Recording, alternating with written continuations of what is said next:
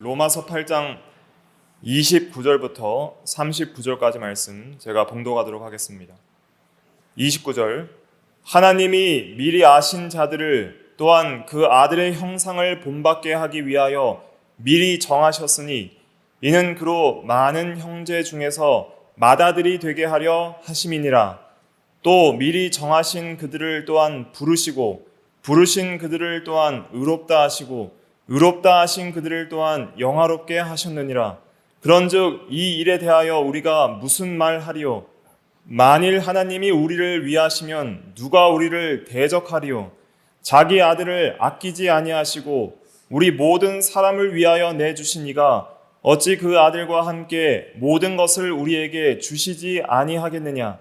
누가 능히 하나님께서 택하신 자들을 고발하리요? 의롭다 하신 이는 하나님이시니 누가 정죄하리요? 죽으실 뿐 아니라 다시 살아나신 이는 그리스도 예수시니 그는 하나님 우편에 계신 자요 우리를 위하여 간구하시는 자신이라. 누가 우리를 그리스도의 사랑에서 끊으리요? 환난이나 공고나 박해나 기근이나 적신이나 위험이나 칼이랴.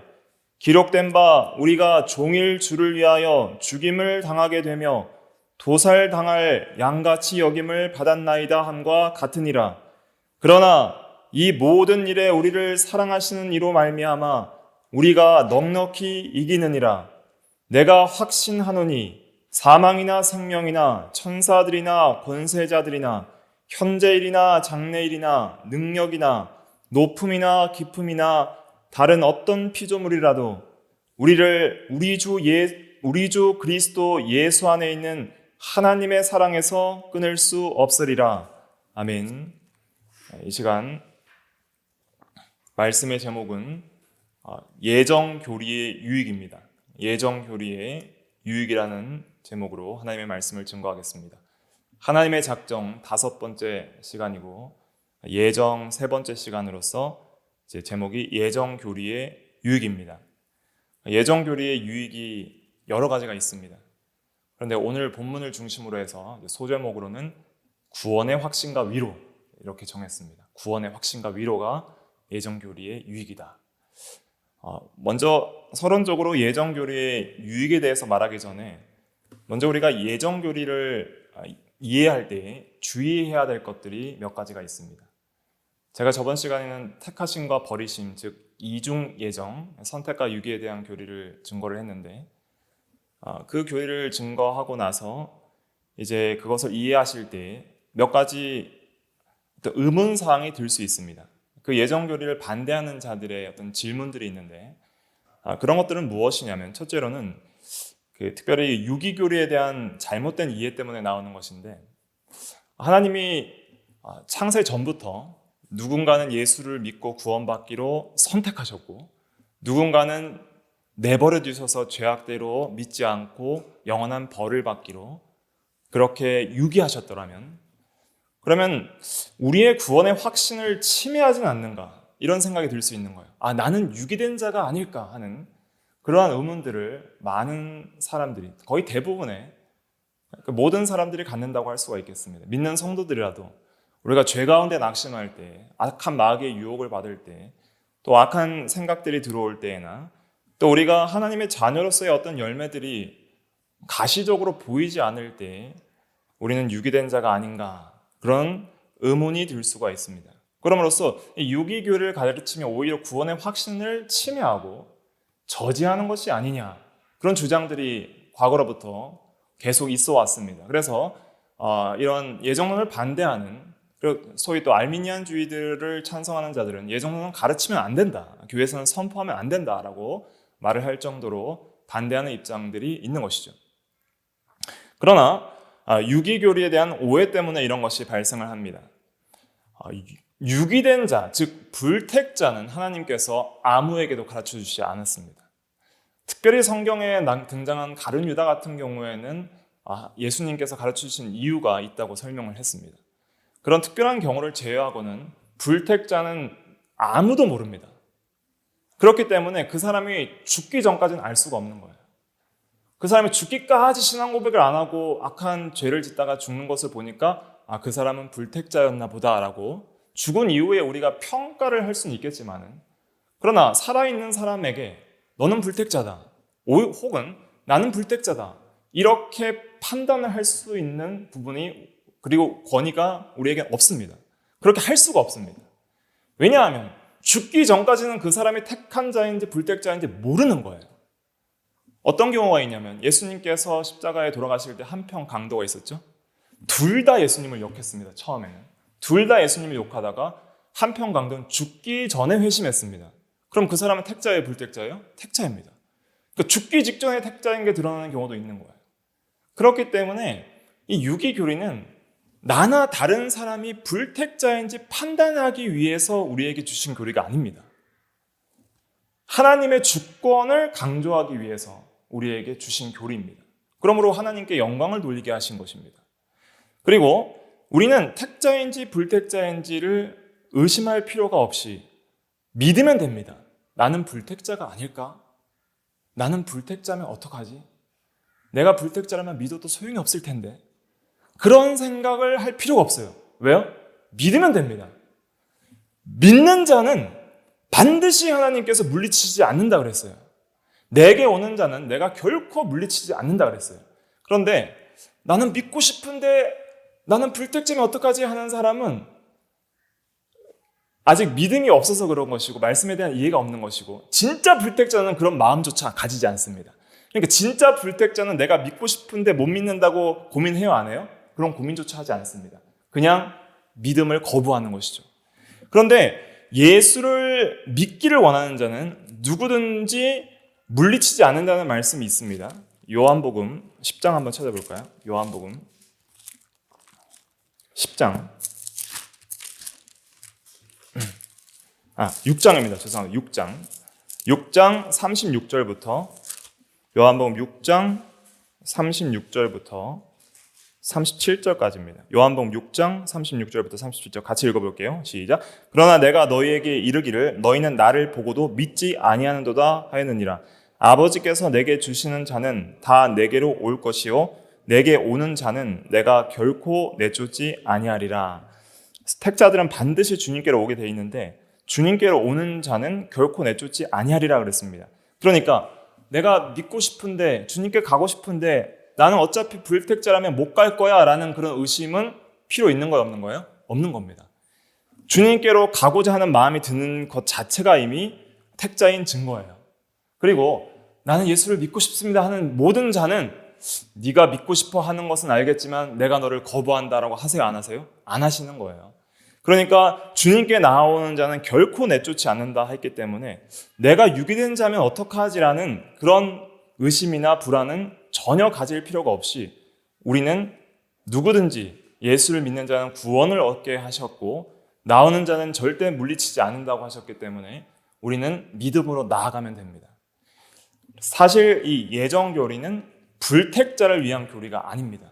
불택자를 판단하기 위한 교리도 아닙니다.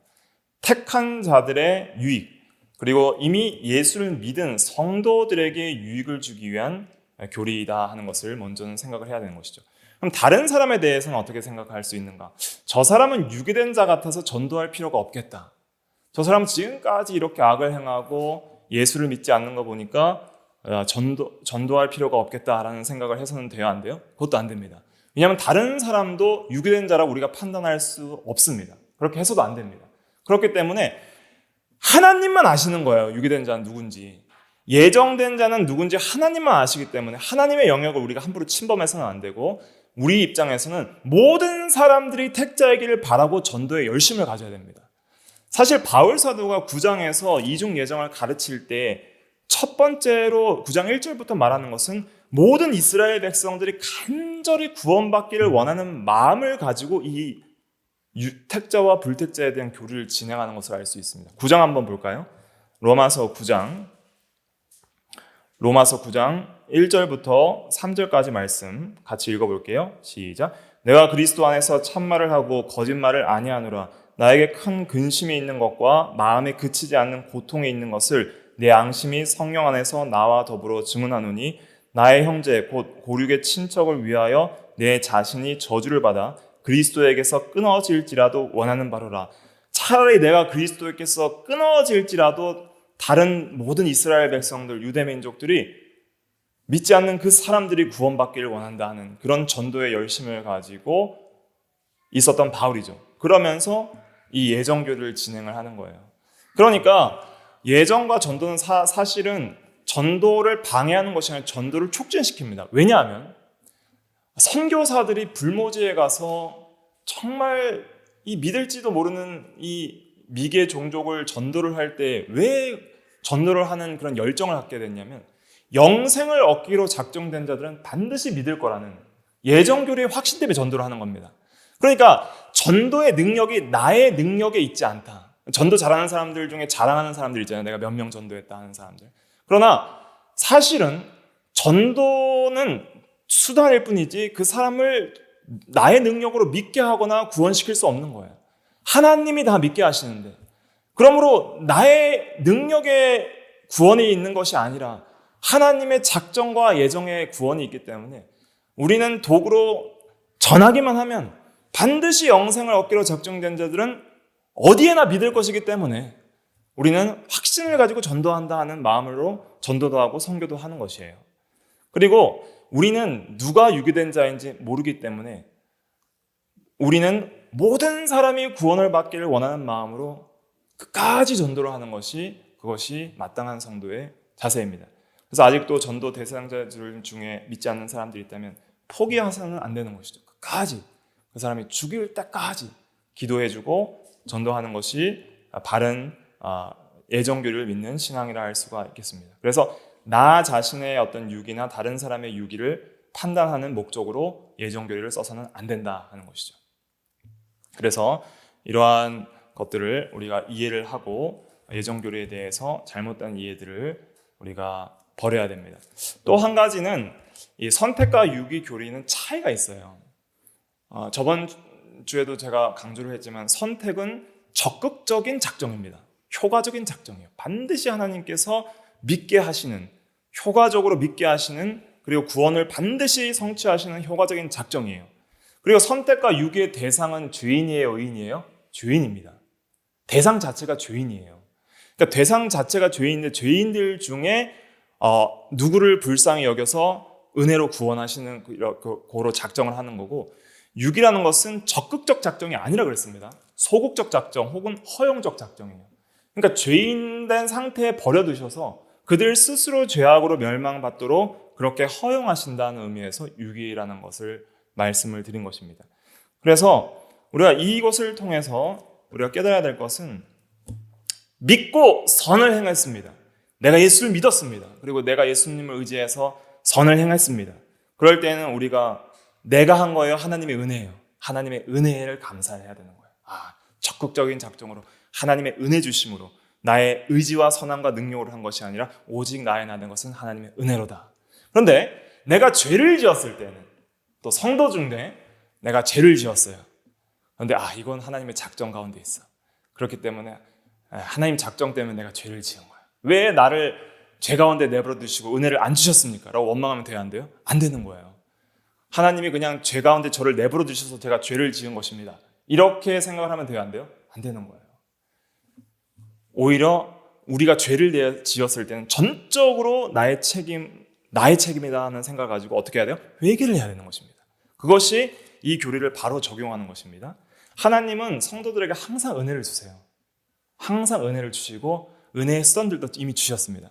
새 마음과 새 사람도 주셨고 성령이 함께 하시고 말씀과 기도라는 그런 은혜의 수단들을 주셨는데 우리가 그것을 활용하지 않아서 그 은혜에서 우리가 떠나서 죄를 지은 것이기 때문에 하나님께 어떤 죄의 책임을 돌리는 것은 굉장히 교만한 것이고 하나님을 모르는 것이다. 죄에 대한 책임은 우리께 돌리고 또 선에 대한 모든 감사는 누구께 돌려야 돼요? 하나님께 돌려야 된다.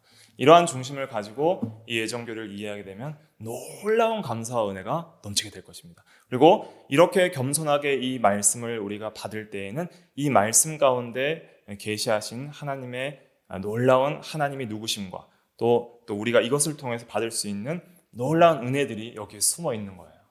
그래서 이러한 은혜들을 우리가 받고, 교리라는 것은 반드시 지식에 멈추지 않고 삶을 위한 교리가 돼야 되고, 그 교리가 나의 삶에 유익이 되고 실제적으로 나의 믿음의 성장과 또 은혜를 받는 그런 유익이 있어야 하는 것이죠. 예정교리의 유익은 여러 가지가 있습니다. 하나님에 대한 은혜에 감사하게 하고, 우리를 겸손하기도 하고, 전도를 촉진시키기도 하고, 또 거룩하고 흠이 없게 하는 거룩한 삶을 살게 하기도 하는 여러 가지 유익들이 있는데, 오늘 로마서 8장 29절부터 39절 말씀을 통해서 특별히 중요한 유익 중에 하나는 무엇이냐면 구원의 확신과 위로를 갖게 하는 거예요. 그러니까 어떠한 상황 속에서도 구원의 확신을 가지게 하고, 예정교리는 또 여러 가지 환난과 또 죄악에 넘어지는 그러한 시험 가운데서도 우리에게 위로를 줍니다. 그러니까 구원의 확신과 위로를 주는 놀라운 이 교리가 예정교리입니다. 그래서 소위 칼빈의 5대 교리라고 말하는 이제 그 튤립이 있거든요. 그래서 전적 타락, 또 무조건적인 선택, 제한적 속죄, 저항할 수 없는 은혜, 성도의 견인. 그것이 사실 이제 알미니안주의 항의파의 반대에서부터 이제 칼빈주의적인 어떤 개혁주의적인 교리를 다시 정립하면서 세운 것인데, 그 알미니안주의와 칼빈주의의 이 논쟁에 있어서 가장 핵심은 예정교리예요. 예정교리 문제 때문에 여러 가지 이제 교리적인 내용들이 나오게 되는데, 그래서 그 예정교리에 또 결론적으로 나오는 게 성도의 견인입니다. 구원의 보전. 견인이란 건 뭐냐면은 우리가 끝까지 인내하고 구원을 잃지 않는다. 성도의 입장에서 견인을 썼고, 하나님의 입장에서 그 견인을 말하자면 성도의 보전이라고 써야 됩니다. 그러니까 하나님께서 우리의 구원을 반드시 보전하신다, 보호하신다, 이런 의미예요. 그러니까 하나님의 택하시면은 반드시 그 구원을 완성하시는 모든 것들이 다 작정이 되어 있는 거예요. 그러니까 우리는 구원의 확신과 또 위로를 가질 수 있는 것입니다. 그런데 이러한 구원의 확신과 위로를 나한테서 찾는 것이 아니에요. 우리가 때로는 시험에 넘어질 수도 있고, 죄 가운데 빠질 수도 있고, 때로는 믿음이 흔들려서 의심이 들 수도 있는 거예요. 그런데 나에게서 구원의 확신을 찾겠다는 것이 알미니안주의 교리입니다. 내가 잡아야 된다는 거예요. 구원은 내가 잡아야 되는 거예요. 그래서 하늘에서 동아줄이 내려왔는데 구원을 받으려면 누가 잡아야 돼요? 내가 잡아야 되는 거예요. 그게 알미니안주의 교리예요. 근데 처음엔 잡았어요. 예수를 믿었어요.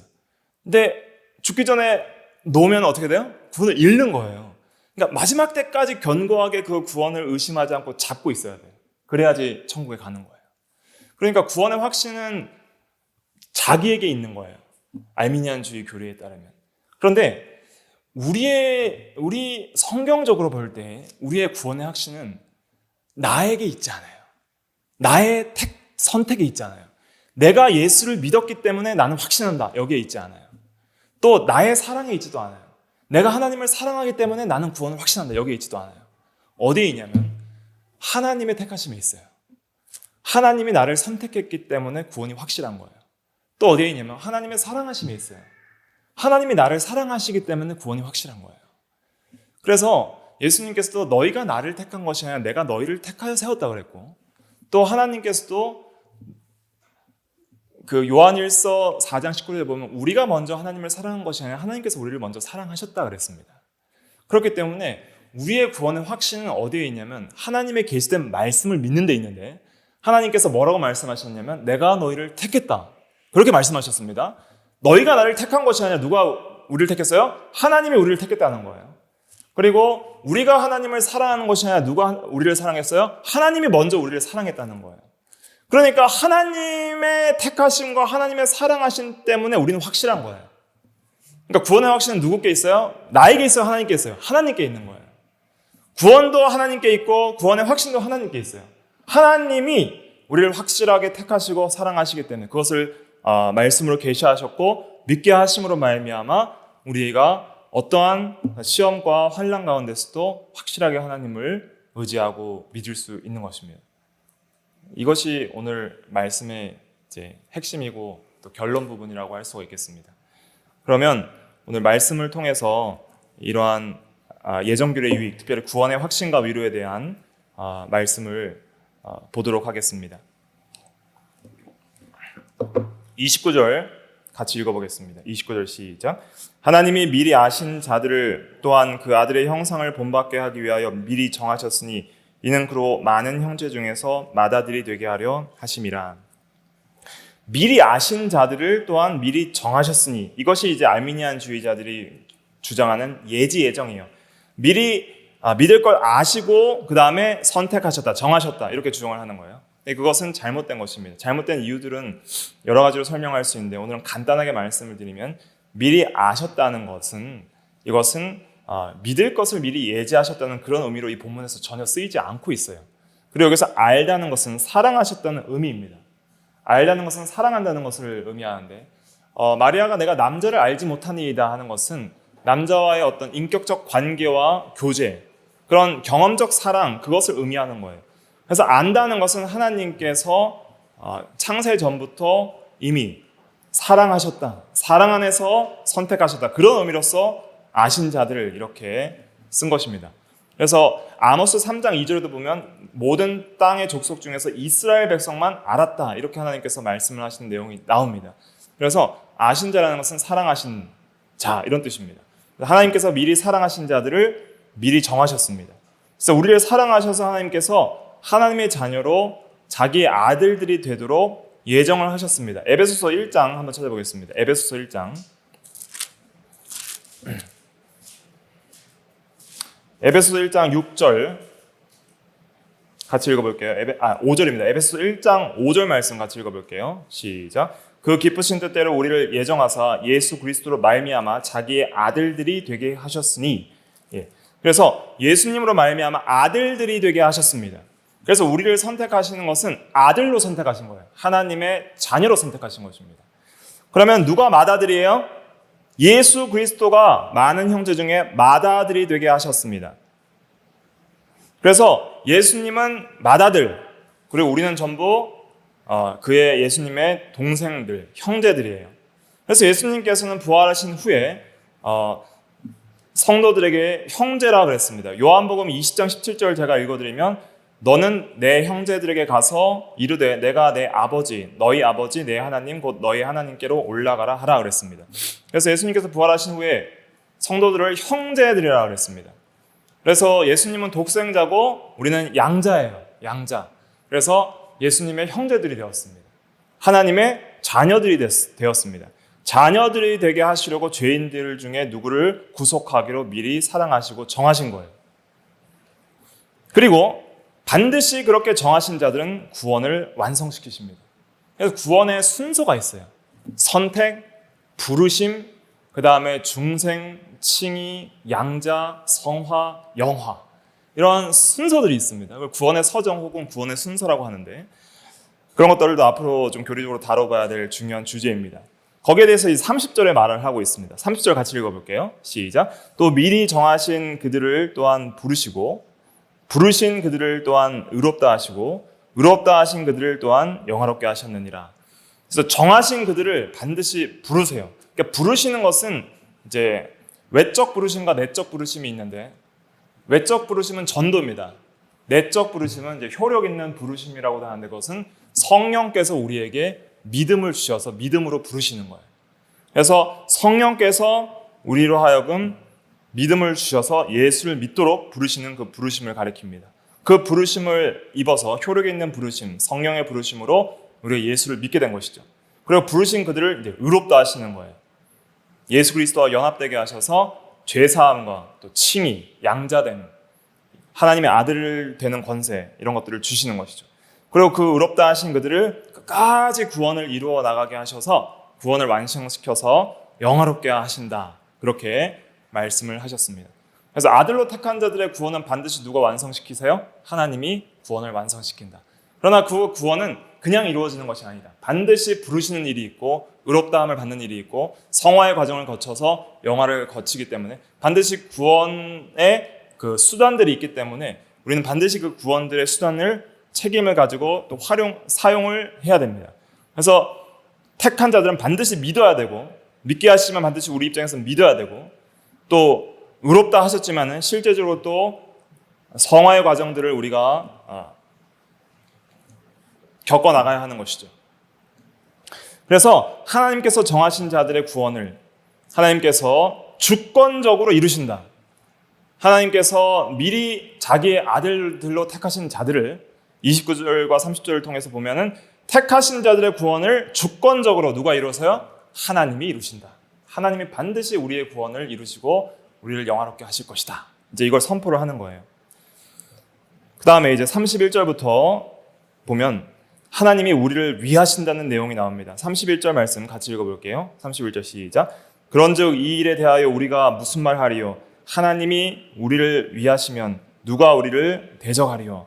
하나님이 우리를 위하시면, 즉 하나님의 자녀를 위하시면 누가 우리를 대적하리요? 이 세상에 우리의 대적들이 많이 있습니다. 마귀도 있고 죄, 또 세상, 또 사망, 이런 것이 우리의 원수들인데 이러한 것들도 우리를 대적할 수 없다 하는 것이죠. 하나님이 우리를 위하신다 하는 것을 믿어야 합니다. 왜 하나님이 우리를 위하시는가? 거저 은혜로 우리를 사랑의 대상자로 선택하셨기 때문에 우리를 위하시는 거예요. 이유가 없어요. 우리에게는 사랑하셨기 때문에, 선택하셨기 때문에 우리를 위하시는 것입니다. 그리고 그렇게 위하신 우리에게 주신 것들이 있습니다. 무엇을 주셨는가? 아들을 주셨어요. 얼마나 위하시는지를 32절과 32절에 말을 하고 있죠. 얼마나 위하시는지를 32절 같이 읽어볼게요. 32절 시작. 자기 아들을 아끼지 아니하시고 우리 모든 사람을 위하여 내주신 이가 어찌 그 아들과 함께 모든 것을 우리에게 주시지 아니하겠느냐. 그래서 우리를 얼마나 위하시는가? 아들을 아끼지 아니하시고 내어주시기까지 우리를 위하시고 우리를 사랑하신다. 그래서 택자들을 위해서 아들을 주신 거예요. 택한 자들을 위해서 예수님이 죽으신 것입니다. 그리고 하나님께서 아들만 주실 뿐 아니라 우리에게 필요한 또 성도의 구원을 이루어 나가기 위해서 필요한 모든 것들을 우리에게 주십니다.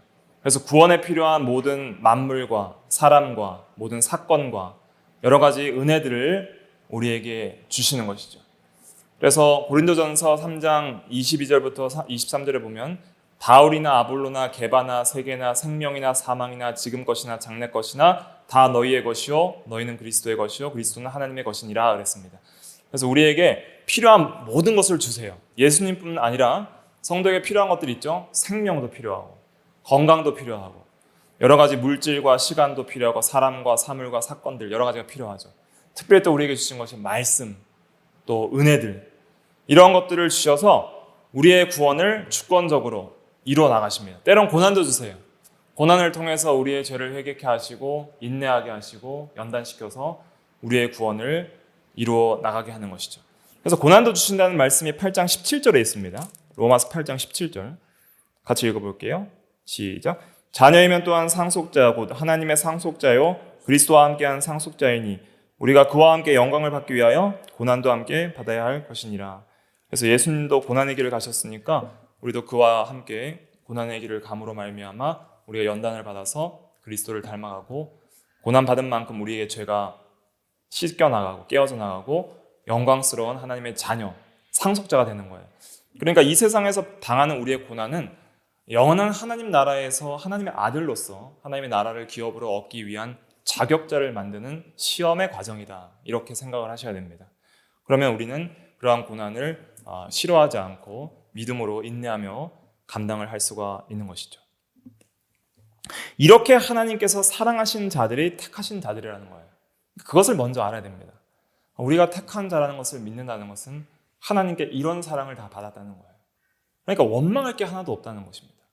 오직 은혜로 감사할 것밖에 없다는 것이죠. 그런데 이런 택자들을 고발하는 것이 있어요. 33절 같이 읽어볼게요. 33절 시작. 누가 능히 하나님께서 택하신 자들을 고발하리요 의롭다 하신 이는 하나님이시니. 택자들을 고발하는 것이 있습니다. 무엇이 고발을 할까요? 먼저 마귀가 고발을 하죠. 마귀가 상소합니다. 너는 죄인이라. 너는 하나님의 자녀의 자격이 없다. 날마다 우리를 마귀가 상소하고 고발합니다. 또 무엇이 고발합니까? 율법이 고발합니다. 율법의 계명들을 볼 때마다, 십계명을 읽을 때마다, 하나님의 말씀을 볼 때마다 나는 참으로 죄인이구나. 그렇게 고발을 당합니다. 또 자기 양심이 고발합니다. 네가 무슨 하나님의 자녀냐? 네가 무슨 의인이냐? 너는 성도의 자격이 없다. 내 양심이 아는 거예요. 양심이 고발을 하는 거예요. 또 다른 사람들이 또 고발할 때도 있습니다. 다른 사람들이 정죄하고 네가 무슨 그리스도인이냐 고발을 하고 네가 무슨 하나님의 자녀냐 그렇게 고발을 할 때가 있는 거예요. 그런데 여기 성경에서 말했어요. 누가 고발을 하리요? 33절을 다시 읽어볼게요. 시작. 누가 능히 하나님께서 택하신 자들을 고발하리요? 의롭다 하신 이는 하나님이시니. 고발할 수 없는 이유가 두 가지가 있습니다. 첫째는 하나님의 의롭다고 재판장께서 선언하셨기 때문에 아무도 고발할 수 없습니다. 하나님께서 만왕의 왕으로서 또 모든 만물의 재판장으로서 너는 의인이라. 그리스도를 믿는 모든 성도들은 그리스도의 의를 전가받았기 때문에 나의 의가 아니라 그리스도의 의 때문에 너는 의인이라 의롭다 칭해 주시는 거예요. 그러니까 아무도 성도를 죄인이라고 고발을 할 수가 없습니다. 마귀도 율법도 양심도 다른 사람도 어떤 세상도 고발을 할 수가 없는 거예요.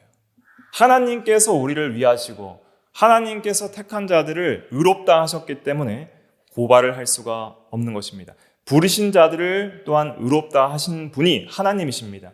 그렇기 때문에 고발을 할 수가 없다는 거예요. 두 번째는 재판장이 의롭다 했기 때문에 고발할 수 없고, 두 번째는 변호자가 계세요. 보혜사가 계십니다. 그것이 예수 그리스도이신데 그 예수님께서 우리를 위하시기 때문에 절대 고발할 수가 없습니다. 정죄할 수도 없습니다. 그것이 34절 말씀입니다. 34절 읽어볼게요. 시작. 누가 정죄하리요? 죽으실 뿐 아니라 다시 살아나신 이는 그리스도 예수시니 그는 하나님 우편에 계신 자요 우리를 위하여 간구하시는 자신이라. 누가 정죄하리요? 정죄할 수 없다는 거예요. 아무도 정죄할 수 없다. 왜냐하면 예수님께서 우리를 대신하여 죽으셨다. 현재와 과거와 미래의 모든 죄를 단번에 사하신 분이 예수님이시다. 그리고 살아나셨다. 우리를 의롭다 하시기 위하여, 우리에게 생명을 주시기 위하여서 살아나시고 예수님께서 행하신 완전한 의를 우리에게 전가시켜 주시기 때문에 우리는 정죄를 받을 수가 없습니다. 또 우리가 시험 가운데 넘어질 때가 있어요. 그리고 시험 가운데 우리가 죄를 지을 때도 있습니다. 믿음이 떨어질 때도 있습니다. 마귀의 시험에 넘어갈 때도 있습니다. 우리의 약함과 죄악 때문에 범죄할 때도 있죠. 그러나 우리는 정죄당하지 않으니 누가 기도하시기 때문이에요? 예수님께서 하나님 우편에서 우리를 위하여 간구하시기 때문입니다. 변호하시기 때문입니다. 지금도 우리에게 변호자가 있다고 요한일서 2장 1절에 말을 하고 있습니다.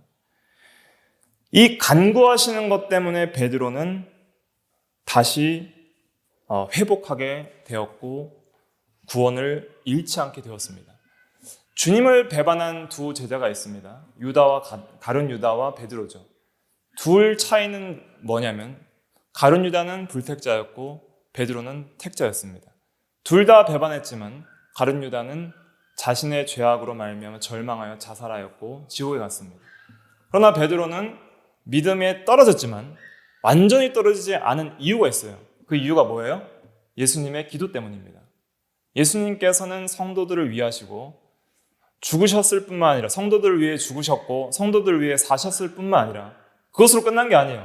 현재적 예수님의 사역은 계속되고 있습니다. 중보자적 사역은 계속되면서 성도들을 위해서 계속 기도해 주세요.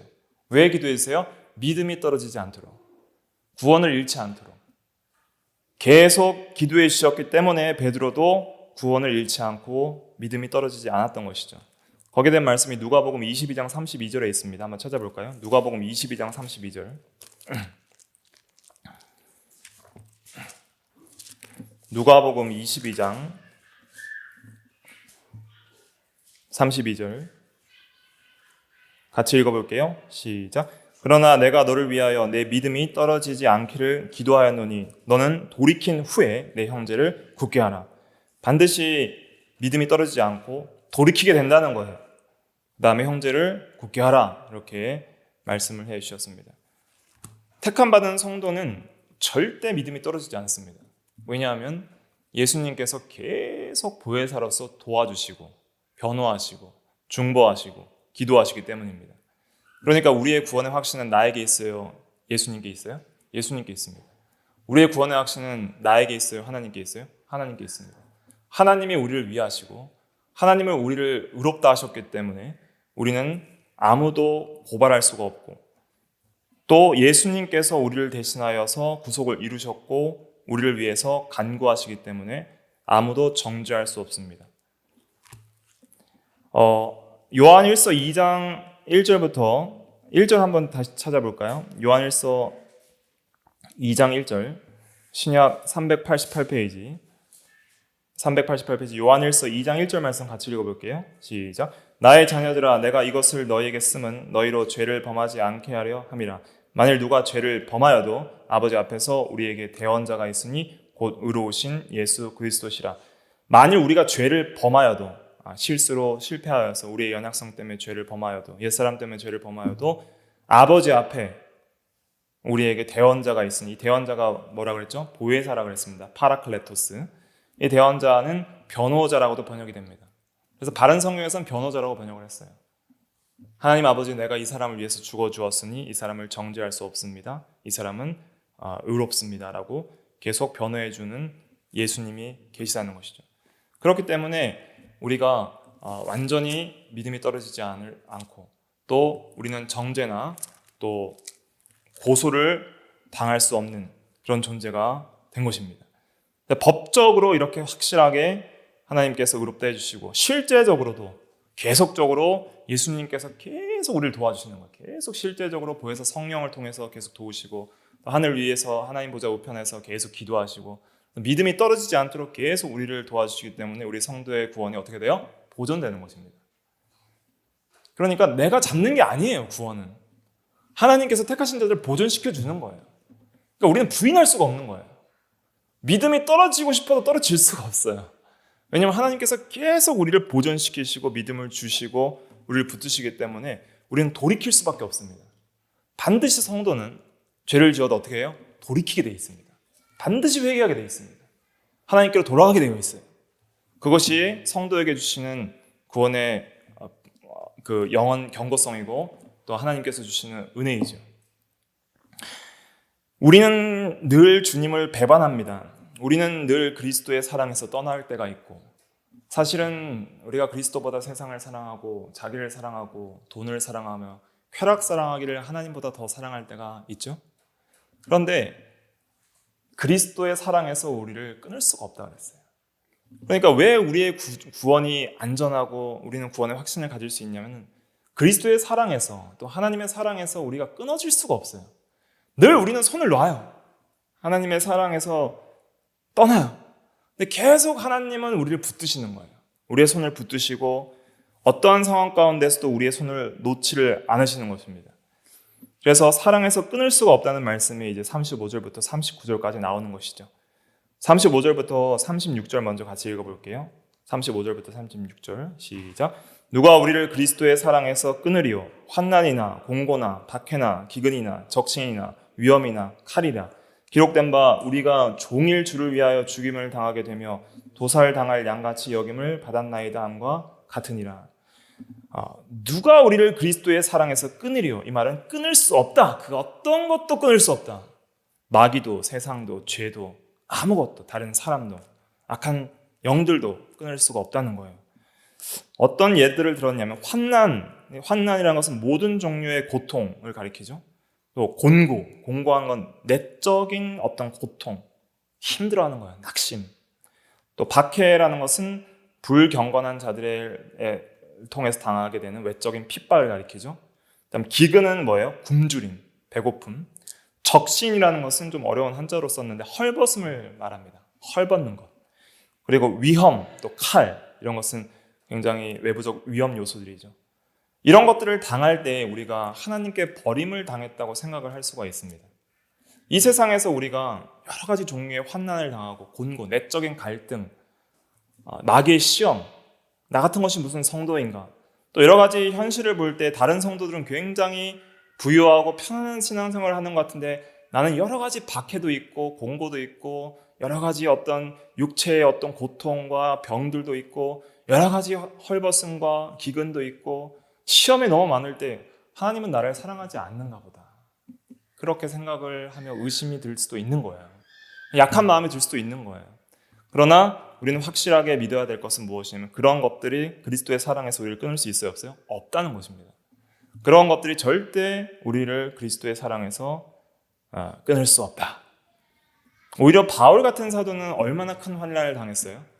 너무나도 많은 환난을 당해서 여러 번 죽을 뻔했다 그랬어요. 제가 한 구절 읽어드릴게요. 고린도후서 11장 23절부터 27절 말씀 찾으셔서 같이 읽어볼까요? 고린도후서 11장 23절부터 27절. 그렇게 믿음이 좋은 사도 바울은 부자가 아니었습니다. 고린도후서 11장 23절부터 27절 같이 읽어볼게요. 시작. 그들이 그리스도의 일꾼이냐 정신없는 말을 하거니와 나는 더욱 그러하도다. 내가 수고를 넘치도록 하고 옥에 갇히기도 더 많이 하고 매도 수없이 맞고 여러 번 죽을 뻔하였으니 유대인들에게 40에서 하나 감한 매를 5번 맞았으며 3번 태장으로 맞고 1번 돌로 맞고 3번 파선하고 일주일을 깊은 바다에서 지냈으며 여러 번 여행하면서 강의 위험과 강도의 위험과 동족의 위험과 이방인의 위험과 시내의 위험과 광야의 위험과 바다의 위험과 거짓 형제 중에 위험을 당하고 또 수고하며 애쓰고 여러 번 자지 못하고 줄이며 목마르고 여러 번 굶고 춥고 헐벗었노라. 이게 바울의 삶이었습니다. 그런데 그리스도의 사랑에서 끊을 수가 없었어요. 오늘 본문으로 돌아와서 9장 36절에도 보면 기록된 바 우리가 종일 주를 위하여 죽임을 당하게 되며 도살당할 양같이 여김을 받았나이다 함과 같으니라. 믿음으로 선을 행하면서 사는 성도들이 세상에서 박해를 당할 때 했던 고백이라 할 수 있죠. 그러한 가운데서 하나님이 나를 버리셨는가? 라는 두려움이 들 수가 있어요. 또 의심이 들 수 있지만 그러나 그리스도께서 덜 사랑해서 그런 것이 아니라는 것이죠. 우리에게 모든 것이 합력하여 선을 이루기 위해서 모든 것을 주신 것을 믿고 오히려 그 사랑에 더욱더 우리가 들어가야 합니다. 뭔가 시험과 대적들이 우리에게 모든 것을 빼앗아 간다 해도 한 가지 빼앗을 수 없는 것이 있으니 그것은 그리스도의 사랑이에요. 오히려 환난 가운데 위로가 넘치고 또 사랑을 더욱더 부어주심으로 말미암아 우리가 그것을 넉넉하게 이기게 하십니다. 실제적으로 사랑의 외부적인 표시들이 차단이 될 수 있어요. 우리가 헐벗고 고생을 당하고 하면. 그러나 하나님의 그 돌보심, 내적인 돌보심과 은혜 주심은 중단됨이 없습니다. 그러니까 우리는 여러 가지 시험과 환난 속에서도 항상 누구를 의지해야 돼요? 하나님을 의지하고 그리스도의 사랑을 붙들어야 됩니다. 그리스도께서 나를 사랑하신다. 이것을 의심하면 안 됩니다. 예수님께서 나를 사랑하신다. 나를 위해서 기도하신다. 이러한 시험과 환난 가운데서도 이것이 모든 것이 합력해서 선을 이루게 하시려고 우리에게 선으로 주신 것이다 하는 믿음이 있어야 되는 것이죠. 로마서 8장 28절 거기 한번 읽어볼까요? 로마서 8장 28절 시작. 우리가 알거니와 하나님을 사랑하는 자 곧 그의 뜻대로 부르심을 입은 자들에게는 모든 것이 합력하여 선을 이루느니라. 그래서 이러한 모든 것도 하나님께서 허락하신 작전 가운데 있고 또 합력해서 선을 이루시기 위해서 주신 것이라는 것을 믿고 사랑하지 않아서 그렇게 주신 것이 아니다. 오히려 사랑해서 이런 것들도 우리를 끊을 수 없다 하는 것을 우리가 믿어야 하는 것입니다. 37절부터 39절까지 같이 읽어볼게요. 시작. 그러나 이 모든 일에 우리를 사랑하시는 이로 말미암아 우리가 넉넉히 이기느니라. 내가 확신하노니 사망이나 생명이나 천사들이나 권세자들이나 현재일이나 장래일이나 능력이나 높음이나 깊음이나 다른 어떤 피조물이라도 우리를 우리 주 그리스도 예수 안에 있는 하나님의 사랑에서 끊을 수 없으리라. 여기 보세요.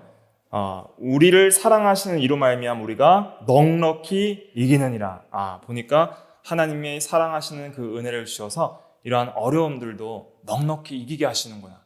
그래서 고린도후서 1장 5절에 보면 그리스도의 고난이 우리에게 넘친 것 같이 그 위로도 우리에게 넘친다 그랬습니다. 위로도 주시고 힘도 주시고 은혜도 주셔서 이런 고난도 이기게 하신다. 그 다음에 38절을 뭘로 시작해요? 내가 뭐 하노니? 확신하노니. 정확하게 번역하면 나는 확신한다 이런 말이에요. 나는 확신한다 이런 말이에요. 사망이나 생명이나 천사들이나 권세들이나 현재인이나 장래일이나 능력이나 높음이나 깊음이나 다른 어떤 피조물이라도 우리를 우리 주 그리스도 예수 안에 있는 하나님의 사랑에서 끊을 수 없으리라고 나는 확신한다.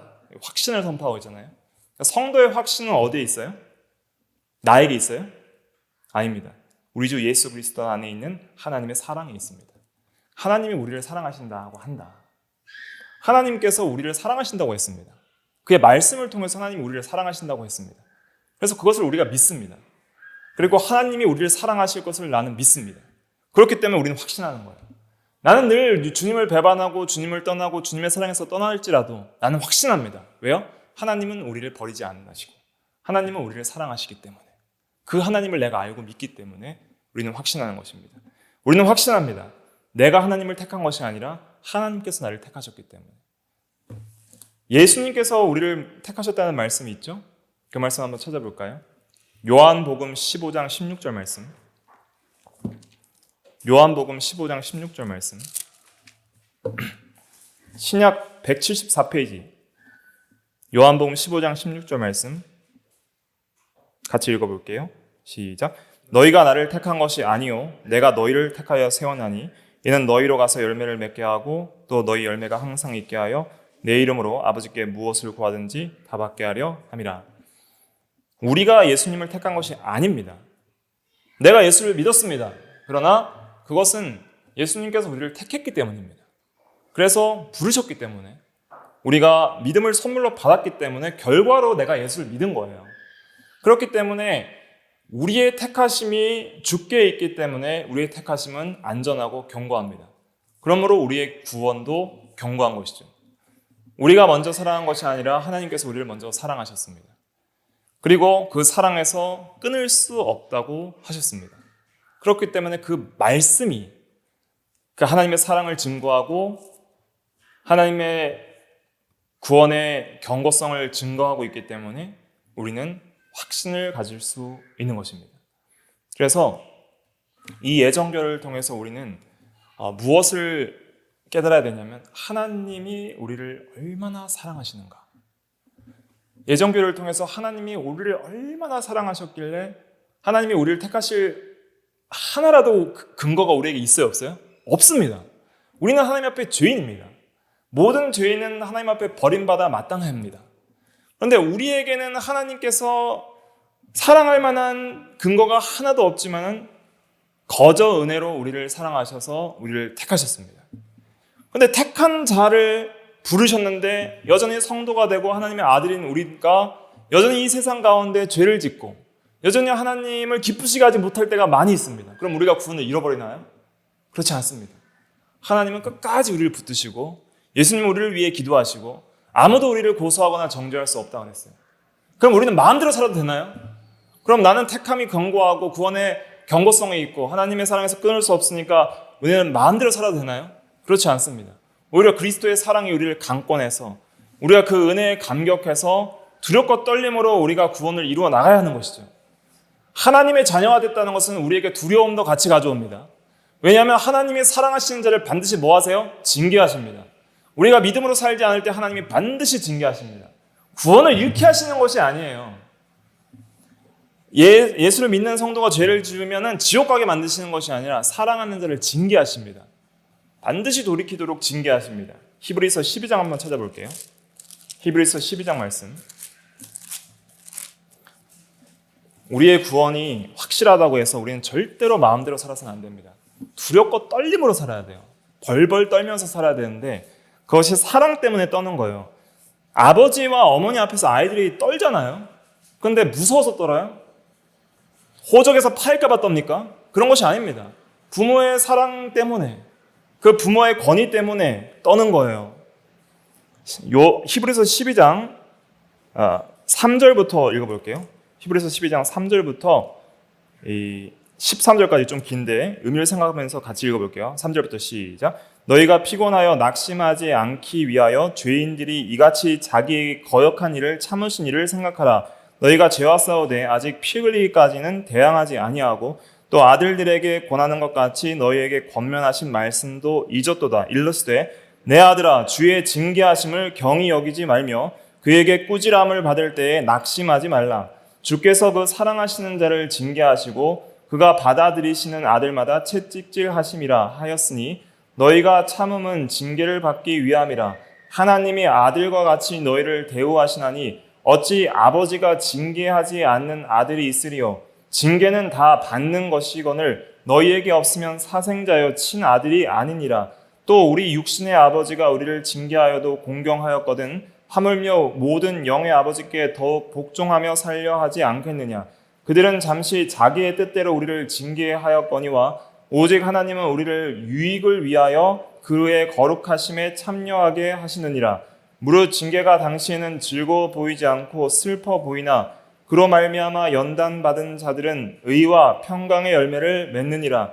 그러므로 피곤한 손과 연약한 무릎을 일으켜 세우고 너희 발을 위하여 곧은 길을 만들어 저는 다리로 하여금 어그러지지 않고 고침을 받게 하라. 징계는 다 받는 것이거늘 너희에게 없으면 사생자의 친아들이 아니니라. 그래서 주께서 사랑하시는 자를 징계하시고 아들마다 채찍질 하시느니라 그랬습니다. 그러므로 우리는 징계하심을 경히 여기면 안 되는 거예요. 두렵고 떨림으로 죄와 싸우되 피 흘릴까지 싸우고, 또 그러나 두려워하지만 또 낙심하면 안 됩니다. 낙심하지 말고 연약한 무릎을 일으켜 세우고 곧은 길을 만들어서 어그러지지 않고 고침을 받고 바른 길을 걸어가는 거룩한 삶을 살기를 힘써야 하는 것이죠. 하나님의 자녀가 아닌 자들은 하나님께서 내버려 두십니다. 하나님이 택하시지 않은 자들은 죄를 지어도 이 세상에서 죄악 가운데 내버려 두실 때가 많아요. 어떻게 악인들이 형통하냐? 내버려 두시는 거예요. 자기 아들이 아니니까 징계 안 하시는 거예요. 고침을 받고 돌이키지 않게 하시는 거예요. 그런데 아들들은 조금만 죄를 지어도 반드시 하나님께서 징계하십니다. 반드시 책망하시고 마음의 곤고와 여러 가지 고난을 당하게 하시고 실제적으로 계속 돌이키지 않으면 어떤 육체를 치기도 하시고 여러 가지 상황을 만드셔서 우리가 하나님께 징계를 받는다는 그 깨달음을 얻게 하시는 거예요. 그리고 회개하고 돌이키게 하시는 거예요. 그런데 그 징계는 다 받는 것이거늘 너희에게 없으면 사생자의 친아들이 아니니라 그랬습니다. 그래서 부모는 자기 아들을 징계하죠. 다른 아들을 징계하지 않잖아요. 놀이터에 여러 아이들이 장난을 치면서 잘못된 일을 하고 있는데 부모가 볼 때 아들만 불러서 혼내죠. 왜요? 다른 아들은 내 아들이 아니니까. 내 아들만 불러서 혼을 내는 것입니다. 그런 것처럼 하나님이 택하신 자기 아들로 택하신 자는 반드시 징계도 하십니다. 사랑으로 징계하시는 거예요. 사랑으로 우리를 붙으시기도 하지만 또는 우리가 죄를 지을 때 징계도 하시기 때문에 우리가 구원을 잃지 않는다고 해서 감히 함부로 하나님 앞에서 행해서는 절대 안 되는 것입니다. 오히려 더욱더 경건한 마음과 경외심을 가지고 하나님의 사랑에 감동해서 우리가 바로 살아야 하는 것이죠. 그리고 우리는 항상 이 구원이 하나님께 달려있다는 것을 깨닫고 항상 감사함으로 그 은혜의 영광을 찬양하면서 믿음으로 살아가야 하는 것입니다. 그래서 이 택하심의 교리, 예정 교리를 깊이 묵상하시면서 우리가 하나님의 사랑 안에 있구나. 하나님의 사랑에서 끊을 수 없구나. 또 어떤 것들도 우리를 정죄하거나 또 고발할 수 없다 하는 것을 깨닫고 여러 가지 고발자들이 우리를 고발할 때 마귀나 양심이나 율법이나 다른 사람들이 우리를 고발할 때에도 절대 흔들리지 않고 낙심하면 안 됩니다. 때로는 우리가 죄 가운데 낭망해 있을 때에도 흔들리면 안 돼요. 왜냐하면 하나님이 우리를 위하시기 때문에. 그리고 우리는 오히려 회개하고 돌이키는 것이 우리의 의무입니다. 날마다 회개하고 돌이키고 또 더욱더 사랑 가운데서 우리의 거룩을 이루어 나가는 것이 바로 이 예정교리를 믿는 바른 성도의 신앙이라 할 수 있습니다. 그래서 예정교리를 함부로 사용하면은 악한 자가 될 수가 있습니다. 함부로 자기는 구원받았다는 확신을 가지고 함부로 살고 또 다른 사람을 함부로 정죄하는 그런 일들 있을 수가 있는 것이죠. 그러나 우리는 함부로 다른 사람들이 불택자라거나 또 구원을 위해서 힘쓰지 않는다고 함부로 정죄할 것도 아니고 또 우리가 택자라고 함부로 살았어도 안 되고 우리가 항상 이 예정교리를 균형을 가지고 바르게 신앙생활을 해야 됩니다. 그럼 우리가 택자인 것을 어떻게 알 수 있을까요? 택자인 것을 어떻게 알 수 있어요? 예수를 믿음으로 알 수 있는 것입니다. 예수를 믿도록 예정하셨기 때문에 내가 예수를 믿는다는 것을 알 때 그때 나는 택자라는 것을 아는 거예요. 그래서 택자는 누구에게 알려주시는 거예요? 자기 개인에게 알려주시는 거예요. 그러니까 우리는 다른 사람이 택자인 것도 우리는 함부로 판단할 수가 없는 거예요.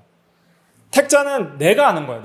내가 택자구나 하는 것을 알고 선택받은 자가 중생했을 때 구원받았을 때 구원받은 그 성도 개인의 유익이 되게 하기 위해서 먼저 예정교리를 알려주신 거예요. 그래서 내 자신의 유익이 있습니다. 그리고 또 우리가 성도들의 어떤 여러 가지 신앙 고백과 삶의 행실들을 볼 때 이 사람은 택자인 게 확실하구나 우리가 어느 정도 확신을 할 수가 있어요. 그래서 바울도 성도들에게 편지를 쓸 때 너희의 택하심을 아노라, 그런 편지들을 썼고, 택하심을 받은 누구에게, 이렇게 편지를 쓴 내용들이 있습니다. 그래서 먼저는 이 택자라는 것은 어떻게 알 수 있는가? 예수를 믿음으로 알고 또 나 자신의 유익을 위해서 이러한 교리들을 적용해야 된다는 것을 알고, 함부로 내 자신의 유기를 판단하거나 다른 사람의 유기를 판단하기 위해서 이 글을 쓰면 돼야 한대요? 안 된다는 것.